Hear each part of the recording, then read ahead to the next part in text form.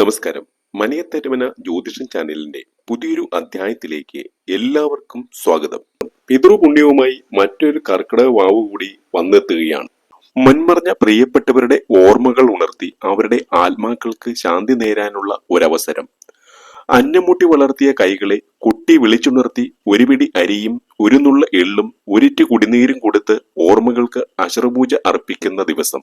കർക്കിടകം 7-ാം തീയതി, അതായത് ജൂലൈ മാസം 24 വ്യാഴാഴ്ചയാണ് ഇപ്രാവശ്യത്തെ കർക്കിടക വാവ്. കർക്കിടകം എന്ന് പറയുന്നത് പിതൃക്കന്മാരുടെ മാസം കൂടിയാണ്.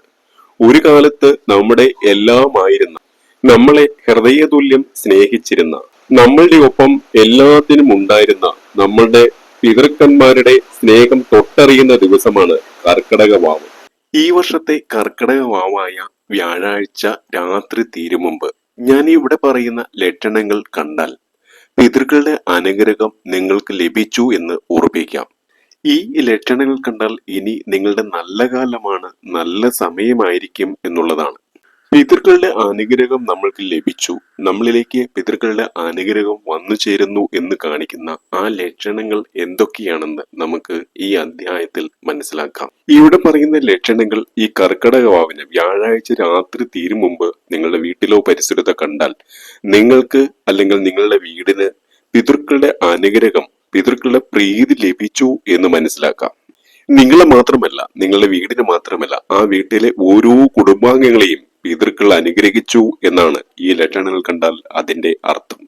നിങ്ങളുടെ ജീവിതത്തിലേക്ക് സർവ്വ സൗഭാഗ്യങ്ങളും വന്നു ചേരാൻ പോവുകയാണ് എന്നുള്ളതാണ്. വ്യാഴാഴ്ച മുതലുള്ള ഒരു വർഷക്കാലം സർവ്വ സൗഭാഗ്യങ്ങളും നിറഞ്ഞതായിരിക്കും നിങ്ങളുടെ ജീവിതം.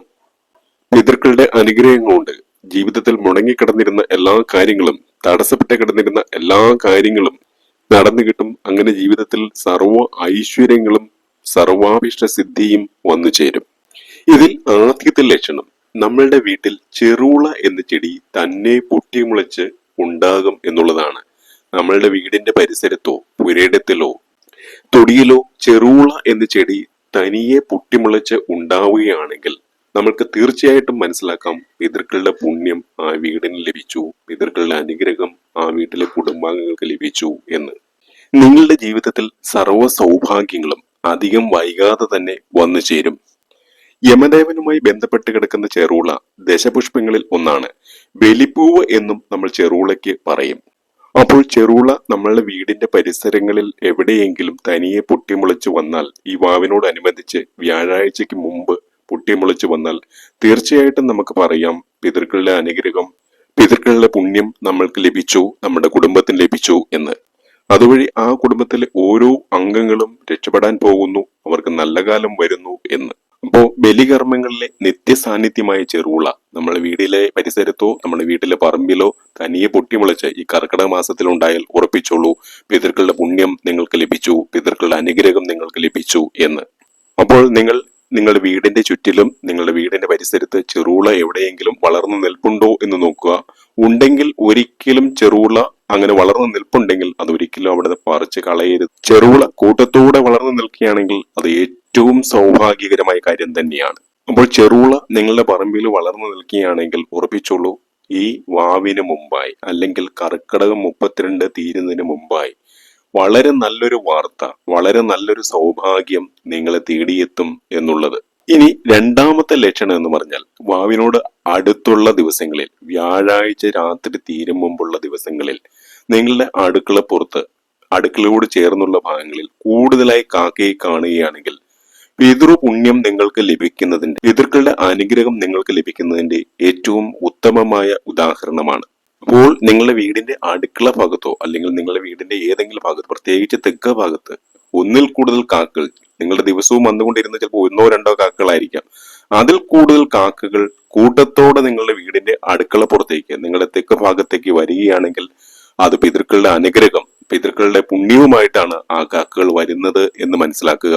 അപ്പോൾ വ്യാഴാഴ്ചക്ക് മുമ്പായിട്ട് നിങ്ങളുടെ വീടിന്റെ ഏതെങ്കിലും ഭാഗത്ത് കാക്കകൾ വന്നാൽ, പ്രത്യേകിച്ച് ഞാൻ ആദ്യം പറഞ്ഞതുപോലെ അടുക്കള ഭാഗത്തോ തെക്ക് ഭാഗത്തോ കാക്കകൾ വന്നാൽ അവയെ ഒരിക്കലും ആട്ടിപ്പായിക്കരുത്. മറിച്ച് അവയ്ക്ക് നിങ്ങൾ വേവിക്കുന്ന ആഹാരത്തിന്റെ ഒരു പങ്ക്, നിങ്ങളിപ്പോൾ ചോറ് ഉണ്ടാക്കുമ്പോൾ ആ ചോറ് നിങ്ങൾ വെക്കുമ്പോൾ അതിൻ്റെ ആദ്യത്തെ ഒരു തവി ചോറ് ഇലയിലോ അല്ലെങ്കിൽ ഒരു പാത്രത്തിലോ വെച്ച് ആ കാക്കയെ കുട്ടുക, അവയ്ക്ക് വെള്ളം നൽകുക. അപ്പോൾ കർക്കിടക വാവിനോട് അനുബന്ധിച്ച് കൂട്ടത്തോടെ കാക്കകൾ വരികയും അവയ്ക്ക് ആഹാരവും ജലവും നൽകുവാൻ നമുക്ക് കഴിയുകയും ചെയ്താൽ അതിൽ പരമൊരു സൗഭാഗ്യം നിങ്ങൾക്ക് വരുവാനില്ല. യമദൂതരാണ് കാക്കകൾ. നിങ്ങളുടെ ജീവിതത്തിലേക്ക് സർവ്വ രീതിയിലുള്ള സൗഭാഗ്യങ്ങളും അടുത്ത ദിവസങ്ങളായി വന്നു ചേരുക തന്നെ ചെയ്യും. കാക്കകൾ സ്ഥിരമായി നിങ്ങളുടെ അടുക്കളപ്പുറത്ത് വരികയും അവയ്ക്ക് സ്ഥിരമായി ആഹാരം നൽകുകയും ചെയ്യുന്ന ഒട്ടനവധി പേർ ഉണ്ട് എന്ന് എനിക്കറിയാം. ഈ വാവിന് കൂട്ടത്തോടെ അങ്ങനെ കാക്കകൾ വരികയാണെങ്കിൽ നിങ്ങൾ ഒരിക്കലും അവയെ ആട്ടിപ്പായിക്കാതിരിക്കുക. അവയ്ക്ക് നിങ്ങൾ ആഹാരം നൽകുക, ജലം നൽകുക. മൂന്നാമത്തെ ലക്ഷണം എന്ന് പറയുന്നത് സ്വപ്ന ദർശനമാണ്. വാവിനോട് അനുബന്ധിച്ചുള്ള ദിവസങ്ങളിൽ, വ്യാഴാഴ്ച രാത്രിയോ അതിനു മുമ്പോ ഉള്ള ദിവസങ്ങളിൽ നമ്മളുടെ മരിച്ചുപോയ ഏതെങ്കിലും ബന്ധുക്കളെയോ നമ്മുടെ മാതാപിതാക്കളെയോ നമ്മുടെ മുത്തശ്ശി മുത്തച്ഛന്മാരെയോ നമ്മളുമായിട്ട് രക്തബന്ധമുണ്ടായിരുന്ന ആരെയെങ്കിലും, അല്ലെങ്കിൽ നമ്മുടെ സുഹൃത്തുക്കൾ, നമ്മുടെ വളർച്ചയിൽ നമ്മളെ സഹായിച്ച നമ്മുടെ ഗുരുക്കന്മാർ, അങ്ങനെയുള്ള ആരെയെങ്കിലും നിങ്ങൾ സ്വപ്നം കണ്ടിട്ടുണ്ടെങ്കിൽ ഉറപ്പിച്ചോളൂ, പിതൃക്കളുടെ അനുഗ്രഹം നിങ്ങൾക്ക് ലഭിക്കാൻ പോകുന്നു, പിതൃക്കളുടെ പുണ്യം നിങ്ങൾക്ക് ലഭിക്കാൻ പോകുന്നു എന്ന്. മരിച്ചുപോയവരെ സ്വപ്നങ്ങളിൽ കാണുന്നത് പലർക്കും പേടി തോന്നുന്ന ഒന്നാണ്. എന്നാൽ കർക്കിടക വാവിനോട് അനുബന്ധിച്ചുള്ള ദിവസങ്ങളിൽ മരിച്ചുപോയവരെ നമ്മൾ സ്വപ്നം കണ്ടാൽ അത് സൽഫലങ്ങൾ നമുക്ക് വരാൻ പോകുന്നു എന്നുള്ളതിന്റെ ലക്ഷണമാണ്. ഇങ്ങനെ മരിച്ചവരെ സ്വപ്നം കാണുന്നത് വളരെ ശുഭകരമായ ഒന്നാണ്. പ്രത്യേകിച്ച് ചൊവ്വ, ബുധൻ, വ്യാഴം ദിവസങ്ങളിൽ അവർ നമ്മളോടൊപ്പം ഇടപഴകുകയും നമ്മളോടൊപ്പം ചിരിക്കുകയും ഇടപഴകി സംസാരിക്കുന്നതുമൊക്കെ സ്വപ്നങ്ങളിൽ കാണുകയാണെങ്കിൽ അത് ഏറ്റവും ശുഭകരമാണ്. നമ്മളുടെ എല്ലാ കഷ്ടപ്പാടുകളിലും എല്ലാ ബുദ്ധിമുട്ടുകളിലും ഒരു താങ്ങായി പിതൃക്കൾ ഉണ്ടാകും, പിതൃക്കളുടെ അനുഗ്രഹം ഉണ്ടാകും എന്നാണ് ആ സ്വപ്നങ്ങളുടെ വ്യാഖ്യാനം. അങ്ങനെ വാവിനോട് അനുബന്ധിച്ചുള്ള ദിവസങ്ങളിൽ പിതൃക്കളെ സ്വപ്നം കണ്ടാൽ തൊട്ടടുത്ത ദിവസം രാവിലെ കുളിച്ച് ശുദ്ധിയായി ശിവക്ഷേത്രങ്ങളിൽ പോയി പ്രാർത്ഥിച്ച് പൂജാതി വഴിപാടുകൾ നടത്തുക. സർവ്വ സൗഭാഗ്യങ്ങളും സർവ്വ ഐശ്വര്യവും നമ്മുടെ ജീവിതത്തിലേക്ക് വന്നു ചേരും. ഈ കർക്കിടക മാസത്തിൽ പിതൃക്കളുടെ അനുഗ്രഹം വേണ്ടുവോളം നമുക്ക് ലഭിക്കുന്നു, പിതൃക്കളുടെ പുണ്യം നമുക്ക് വേണ്ടുവോളം ലഭിക്കുന്നു എന്നുള്ളതിന്റെ മറ്റൊരു അടയാളം പരുന്ത് നമ്മുടെ വീടിന് ചുറ്റും വട്ടമിട്ട് പറക്കുന്നതാണ്. പല നേരങ്ങളിൽ നിരവധി തവണ അങ്ങനെ പരുന്ത് നമ്മുടെ വീടിനും നമ്മുടെ വീടിന്റെ പരിസരത്തിനും ചുറ്റും വട്ടമിട്ട് പറക്കുകയാണെങ്കിൽ ഉറപ്പിച്ചോളൂ, പിതൃക്കളുടെ അനുഗ്രഹം ആ വീടിന് വന്നു ചേർന്നു, ആ കുടുംബത്തിലെ എല്ലാ അംഗങ്ങൾക്കും പിതൃക്കളുടെ അനുഗ്രഹം ലഭിച്ചു. വളരെ അപൂർവമായിട്ട് മാത്രം ലഭിക്കുന്ന ഒരു സൗഭാഗ്യമാണ് ഇത്. നിങ്ങളുടെ വീടിന്റെ ടെറസിന് മുകളിലോ പറമ്പിന്റെ മുകളിലോ പല പ്രാവശ്യങ്ങളായി ധാരാളമായി പരുന്ത് വട്ടമിട്ട് പറന്നാൽ ശുഭവാർത്തകൾ നിങ്ങളെ തേടിയെത്തും. ജീവിതത്തിൽ ഒട്ടും പ്രതീക്ഷിക്കാതിരുന്ന സൗഭാഗ്യങ്ങൾ നിങ്ങളെ തേടിയെത്തും. പ്രതീക്ഷിക്കാത്ത സമയത്ത് അപ്രതീക്ഷിതമായിട്ട് സൗഭാഗ്യങ്ങൾ ആ കുടുംബാംഗങ്ങളെ തേടിയെത്തും. പിതൃക്കളുടെ അനുഗ്രഹം നമ്മുടെ ജീവിതത്തിലേക്ക് വന്നു ചേരാൻ പോകുന്നു എന്നുള്ളതിന്റെ മറ്റൊരു അടയാളം പാമ്പിനെ രാത്രിയിൽ സ്വപ്നം കാണുന്നതാണ്. കർക്കിടക വാവിനോട് അനുബന്ധിച്ചുള്ള ദിവസങ്ങളിൽ പാമ്പിനെ സ്വപ്നം കണ്ടാൽ അത് ഭയക്കേണ്ടതില്ല, നിങ്ങളിലേക്ക് സൗഭാഗ്യങ്ങൾ വന്നു ചേരാൻ പോകുന്നു എന്നുള്ളതിന്റെ ഒരു അടയാളം കാണിച്ചു തരുന്നതാണ്. അതുപോലെ തന്നെ ക്ഷേത്രങ്ങളുടെ പരിസരത്ത് പാമ്പിനെ കണ്ടാലും അത് വളരെ നല്ല ഫലങ്ങൾ നിങ്ങൾക്ക് വരാൻ പോകുന്നു എന്നുള്ളതിന്റെ മറ്റൊരു അടയാളമാണ്. പിതൃക്കളുടെ അനുഗ്രഹം, പിതൃപ്രീതി നിങ്ങളുടെ ജീവിതത്തിൽ വേണ്ടുവോളം ഉണ്ട് എന്ന് കാണിക്കുന്ന ലക്ഷണങ്ങളാണ് ഇതെല്ലാം തന്നെ. കർക്കിടക വാവിന്റെ അന്നോ തലേ ദിവസമോ ഉപ്പൻ നിങ്ങളുടെ വീടിന്റെ ചുറ്റും നടക്കുകയാണ് എങ്കിൽ, അല്ലെങ്കിൽ കാക്ക കിഴക്ക് ഭാഗത്തിരുന്ന് കരയുകയാണെങ്കിൽ അത് ഏറ്റവും ശ്രേയസ്കരമായ മറ്റൊരു ലക്ഷണമാണ്. കർക്കിടക വാവിന്റെ തലേ ദിവസമോ അന്നോ ഉപ്പനെ കാണുവാൻ നിങ്ങൾക്ക് സാധിച്ചാൽ, വീടിന്റെ പരിസരങ്ങളിൽ ഉപ്പനെ കാണുവാൻ സാധിച്ചാൽ അതീവ ശുഭകരമായ പലതും നിങ്ങളുടെ ജീവിതത്തിൽ നടക്കും. ദുരിതകാലം മാറി സാമ്പത്തിക അഭിവൃദ്ധി നിങ്ങളുടെ ജീവിതത്തിലേക്ക് വന്നു ചേരും. അതുപോലെ ഈ ഒരാഴ്ചക്കാലം ചിത്രശലഭങ്ങൾ കൂട്ടത്തോടെ നിങ്ങളുടെ വീടിന്റെ പരിസരത്ത് വരികയാണെങ്കിൽ ഉറപ്പിച്ചോളൂ, മഹാസൗഭാഗ്യം നിങ്ങളെ തേടിയെത്തുവാൻ പോവുകയാണ്. പിതൃക്കളുടെ അനുഗ്രഹം നിങ്ങൾക്ക് ലഭിക്കാൻ പോവുകയാണ്. നിങ്ങളുടെ സന്താനങ്ങളുടെ കാര്യം വളരെ ശുഭകരമായി നടക്കും എന്നുള്ളതാണ്. പ്രത്യേകിച്ചും നിലവിളക്ക് തെളിയിക്കുന്ന സമയത്ത് ചിത്രശലഭങ്ങൾ നിങ്ങളുടെ വീടിന്റെ പരിസരത്ത് വരികയോ നിങ്ങൾ അതിനെ കാണുകയാണെങ്കിൽ ഏറ്റവും നല്ല കാഴ്ച തന്നെയായിരിക്കും അത്. അതുപോലെ തന്നെ ഏതെങ്കിലും ശുഭകരമായ വാർത്തകൾ, മംഗള വാർത്തകൾ നിങ്ങളെ തേടി എത്തുകയാണെങ്കിൽ ഉറപ്പിച്ചോളൂ, പിതൃക്കളുടെ അനുഗ്രഹം നിങ്ങളുടെ ജീവിതത്തിൽ വന്നു ചേർന്നു കഴിഞ്ഞു. മാനസിക സമ്മർദ്ദങ്ങൾ മാറി മനസ്സ് കൂടുതൽ പ്രസന്നമായി നിങ്ങൾക്ക് നല്ല വാർത്തകൾ ശ്രവിക്കാൻ കഴിഞ്ഞാൽ, ഞാൻ ആദ്യം പറഞ്ഞതുപോലെ പിതൃക്കളുടെ അനുഗ്രഹം നിങ്ങളുടെ ജീവിതത്തിലേക്ക്, നിങ്ങളുടെ മാത്രമല്ല ഓരോ കുടുംബാംഗങ്ങളുടെയും ജീവിതത്തിലേക്ക് വന്നെത്തിക്കഴിഞ്ഞു. കഷ്ടപ്പാടും ദുരിതങ്ങളും തടസ്സങ്ങളും മാനസിക വിഷമതകളുമെല്ലാം പൂർണ്ണമായിട്ട് മാറി സൗഭാഗ്യങ്ങൾ നിങ്ങളുടെ ജീവിതത്തിലേക്ക് വന്നെത്തും.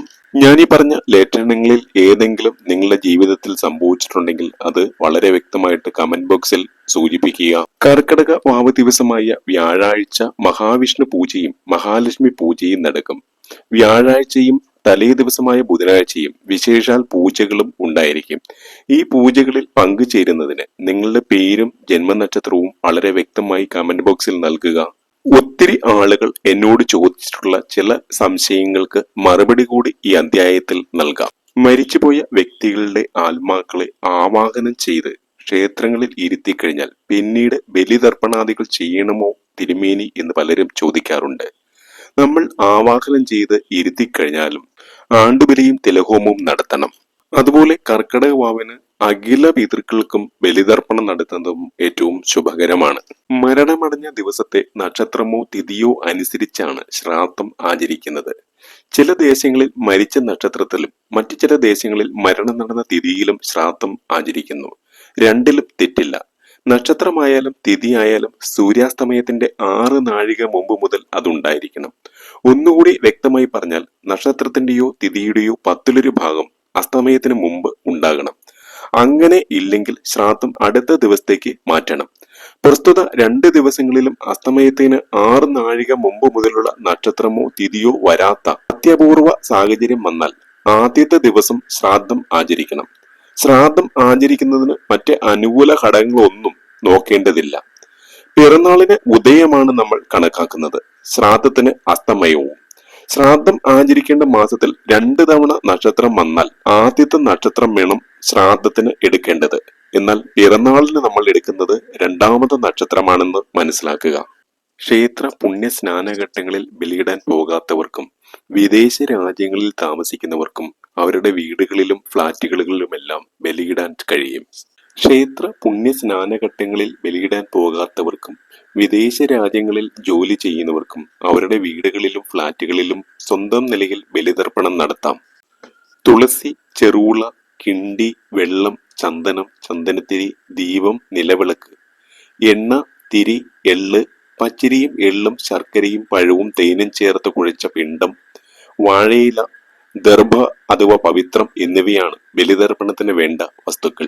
കുളിച്ച് ശുദ്ധമായി വന്ന് 5 തിരിയിട്ട നിലവിളക്ക് കിഴക്ക് പടിഞ്ഞാറ് തിരിയിട്ട് കത്തിച്ചു വെക്കുക. കിണ്ടിയിൽ വെള്ളം നിറച്ച് ചീന്തിയ നാക്കിലയിൽ ബലിദ്രവ്യങ്ങൾ വെക്കുക. ഇടതു കാൽമുട്ട് കുത്തിയിരുന്നു വേണം കർമ്മം ചെയ്യാൻ. തെക്കോട്ട് തിരിഞ്ഞിരുന്ന് മുന്നിൽ ജലം തളിച്ച് ശുദ്ധമാക്കി തുവശനില തെക്കോട്ടായി വെച്ച് അതിൽ പൂവെടുത്ത് പ്രാർത്ഥിക്കുക. ശുക്ലാംബരധരം വിഷ്ണു ശശിവർണം ചതുർഭുജം പ്രസന്നവദനം ധ്യായേത് സർവവിഘ്നോപശാന്തിയെ എന്ന മന്ത്രം ചൊല്ലിയാണ് പ്രാർത്ഥിക്കേണ്ടത്. നമ്മളെ നാമാക്കിയ പിതൃക്കളുടെ മോക്ഷപ്രാപ്തിക്കും പുണ്യത്തിനും വേണ്ടി ചെയ്യുന്ന അമാവാസി ശ്രാദ്ധത്തിന് ഗുരുക്കന്മാരുടെയും ജഗദീശ്വരന്റെയും അനുഗ്രഹം ഉണ്ടാകാൻ തെറ്റുകുറ്റങ്ങളില്ലാതെ കർമ്മം അനുഷ്ഠിക്കാൻ പറ്റണേ എന്ന പ്രാർത്ഥനയാണ് നിങ്ങൾ നടത്തേണ്ടത്. പുഷ്പം നിലവിളക്കിന്റെ പാദത്തിൽ സമർപ്പിക്കുക. ദർഭപ്പുല്ലുകൊണ്ടുള്ള പവിത്രം ധരിച്ച് എള്ളും പൂവും ചന്ദനവും ചേർത്ത് ശിരസിൽ 3 വട്ടം ഉഴിഞ്ഞ് പിതൃക്കളെ സ്മരിച്ച് സങ്കല്പിച്ച് ആവാഹിച്ച് ഇലയിൽ സമർപ്പിക്കുക. വലത് കൈയിൽ എള്ളെടുത്ത് ഇടത് കൈകൊണ്ട് കിണ്ടിയിൽ നിന്നുള്ള വെള്ളമൊഴിച്ച് 3 വട്ടം ദർഭയ്ക്ക് മുകളിലൂടെ ഇലയിൽ വീഴ്ത്തുക. എടുത്തു വെച്ചിരിക്കുന്ന പിണ്ടത്തിൽ നിന്ന് 5 തവണയായി പിതൃക്കളെ സ്മരിച്ച് ദർഭയ്ക്ക് മുകളിൽ സമർപ്പിക്കുക. പിണ്ടത്തിന് മുകളിൽ 3 പ്രാവശ്യമായി ചൂണ്ടുവിരലിലൂടെ ചുറ്റിച്ച് എള്ളും വെള്ളവും വീഴ്ത്തണം. ശേഷം തുളസിയില കൊണ്ട് 3 വട്ടം വെള്ളവും ചന്ദനവും പുഷ്പവും പിണ്ടത്തിന് മുകളിൽ സമർപ്പിക്കുക. ചെയ്തതിൽ എന്തെങ്കിലും തെറ്റുണ്ടെങ്കിൽ അത് പുറത്ത് പിതൃക്കളുടെ മോക്ഷത്തിനായി പ്രാർത്ഥിക്കുക. പൂവ് പിണ്ടത്തിന് മുകളിൽ സമർപ്പിച്ച് എഴുന്നേറ്റ് ഇടത്തോട്ട് 3 പ്രദക്ഷിണം ചെയ്ത് സമസ്ത അപരാധവും പൊറുക്കാൻ പ്രാർത്ഥിച്ച് പിതൃക്കളെ സ്മരിക്കുക. ശേഷം പിതൃക്കളെ നമസ്കരിച്ച് വീണ്ടും പൂവെടുത്ത് പിണ്ടത്തിന് മുകളിൽ സമർപ്പിക്കുക. പിണ്ടം ഇലയോടെ എടുത്ത് ജപത്തോടെ തെക്ക് ഭാഗത്ത് വെച്ച് കൈ നനച്ച് കൊട്ടി കാക്കയ്ക്ക് സമർപ്പിക്കുക. പവിത്രം ഊരി കെട്ടഴിച്ച് സമർപ്പിക്കുക.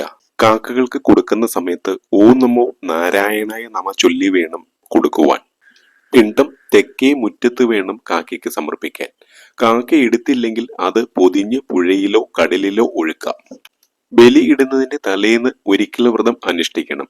വൈകിട്ട് അരിയാഹാരം പാടില്ല. പിറ്റേന്ന് പുലർച്ചെ ഉണർന്ന് മുഹൂർത്തം തെറ്റാതെ ബലികർമ്മങ്ങൾ പൂർത്തീകരിക്കണം. മുറിക്കുള്ളിലോ പുറത്തോ ബലിയിടാനായി മഞ്ഞൾ വെള്ളം തളിച്ച് സ്ഥലം ശുദ്ധമാക്കിയെടുക്കണം. തറ തളിച്ച് മെഴുകണം. ബലി അർപ്പിക്കുന്നയാൾ കുളിച്ച് ശുദ്ധമായി അലക്കി ഉണങ്ങിയ വസ്ത്രം ധരിച്ചു വേണം ബലി അർപ്പിക്കുവാനായി.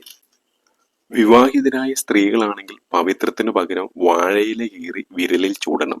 ഇലയിൽ ദർഭ വിരിക്കാതെ കിഴക്കോട്ട് തിരിഞ്ഞിരുന്ന് വേണം ബലിയർപ്പിക്കുവാൻ. ചെറുവിളയ്ക്ക് പകരം തുളസിപ്പൂ മാത്രം ഉപയോഗിച്ചാൽ മതി. അതുപോലെ ബലിതർപ്പണത്തിനായി കിണ്ടിയിൽ ജലം നിറയ്ക്കുമ്പോൾ ഗംഗേ ച യമുന ചൈവ ഗോദാവരി സരസ്വതി നർമ്മദേ സിന്ധു കാവേരി ജലേസ്മിൻ സന്നിധിം കുരും എന്ന ശ്ലോകം ചൊല്ലി ജലം ആവാഹിച്ച് വേണം കിണ്ടിയിൽ നിറയ്ക്കുവാൻ. ആചാര്യന്റെ നേരിട്ടുള്ള നിർദ്ദേശപ്രകാരമുള്ള ബലിച്ചടങ്ങുകളിൽ പ്രാദേശികമായ മാറ്റങ്ങൾ സമർപ്പണ രീതികളിൽ ഉണ്ടാകും. എല്ലാ വിഭാഗം ആളുകൾക്കും അനുഷ്ഠിക്കാൻ സാധിക്കും വിധമുള്ള ലഘുവായ ചടങ്ങാണ് ഞാൻ ഇവിടെ പറഞ്ഞത്. വീട്ടിലിരുന്ന് ബലിയിടുന്നതിനെ പറ്റി എന്തെങ്കിലും രീതിയിലുള്ള സംശയങ്ങൾ നിങ്ങൾക്കുണ്ടെങ്കിൽ സ്ക്രീനിൽ കാണുന്ന നമ്പറുകളിൽ ഏത് സമയത്തും ബന്ധപ്പെടാവുന്നതാണ്. മറ്റൊരു അധ്യായത്തിൽ കാണുന്നവരെ എല്ലാവർക്കും നന്ദി, നമസ്കാരം.